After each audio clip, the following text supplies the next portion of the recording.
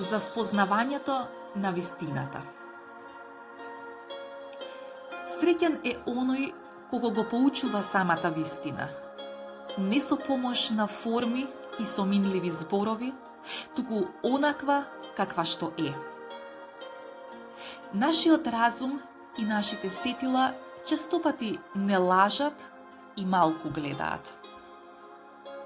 Што користи длабокото мудрување за скриените и темни работи, кога на страшниот суд нема да ни замерат што не сме ги знаеле. Голема лудост е да го занемариме она што е корисно и нужно, за љубопитно да се предадеме на она што е штетно. Очи имаме, а не гледаме.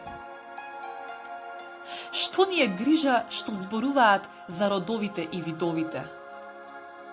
Оној на кого му зборува вечната реч е избавен од многу претпоставки. Се доаѓа од оваа една реч и се ни зборува за неа единствената. Таа е онаа што од почетокот ни зборува. Без неа нема разум. Без неа никакво расудување не е правилно. Оној на кого една работа му е се и кој се сведува на оваа единствена работа и гледа се во неа, нема да се поколеба и неговото срце ќе остане во мирот Божји. О, вистино која си со Бог, направи да бидам едно со тебе во вечната љубов. Често ми е одвратно многу да читам и да слушам. Во тебе е се што сакам и посакувам. И нека замолчат сите учители, нека замолчат сите созданија пред тебе. Ти самата зборувај ми. Колку е некој поприбран во себе си и оддалечен од надворешните работи, толку повеќе неговиот дух се шири и воздигнува без никаков труд, зашто одгоре ја добива светлоста на разбирањето. Чистата душа, невина, цврста во доброто, не е расејана ниту сред многобројните работи, зашто прави се да го слави Бога и, мирна во себе си, се труди ништо да не ја вознемирува. Што те заморува и збунува повеќе отколку неумртвените склоности на твоето срце. Добриот и побожен човек најпрвин промислува во своето срце за делата пред да ги направи. Тој не дозволува да го води грешната жилба, туку се потчинува на причините на здравиот разум. Такој мора да издржи потешка борба од оној што се труди да се победи самиот себе. Тоа мора да биде нашата единствена грижа. Да се бориме со самите себе и секој ден да бидеме појаки од самите себе. И секој ден барем малку да напредуваме во доброто. Секое совршенство во овој живот е измешано со нешто несовршено. Се што гледаме, го гледаме како низ магла. Смиреното размислување на самиот себе е посигурен пат кон Бога отколку длабокото мудрување.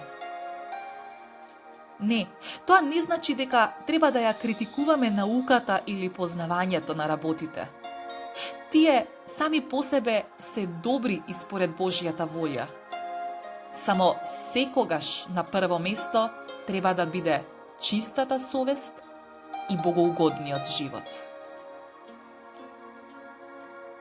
Но поради тоа што многумина повеќе се трудат околу знаењето отколку за честитиот живот, тие честопати залутуваат и од својот труд ќе пожнеат мал и никаков плод. кога луѓето би биле толку ревни на искоренувањето на маните и во стекнувањето на добродетелите, како што се во покренувањето разни некорисни прашања, тогаш не би имало толку зло и соблазани во светот, ниту пак толку распуштеност во манастирите. Кога ќе дојде денот на судот, навистина нема да не прашаат што сме читале, туку што сме направиле. Ниту пак дали добро зборуваме, туку дали побожно живееме. Кажи ми, каде се наоѓаат сега оние учители и научници што ги познаваше, додека живееја и се славеа во науката? Нивните позиции веќе ги зазеле други и не знам дали се сеќаваат на нив. Додека живееа, изгледаше дека нешто се, а сега за нив и не се зборува. О, колку брзо минува славата на овој свет! Камо среќа нивниот живот да беше во согласност со нивното знаење. Тоа значи дека добро учеле и поучувале. Колку многу во светот пропаѓаат поради својата празна ученост, заборавајќи да му служат на Бога. И, бидејќи повеќе сакаат да бидат големи, отколку понизни, се изгубија во своите мисли. Навистина е голем оној кој што има голема љубов. Навистина е голем оној што во своите очи е мал и за кого почестите во овој свет не значат ништо.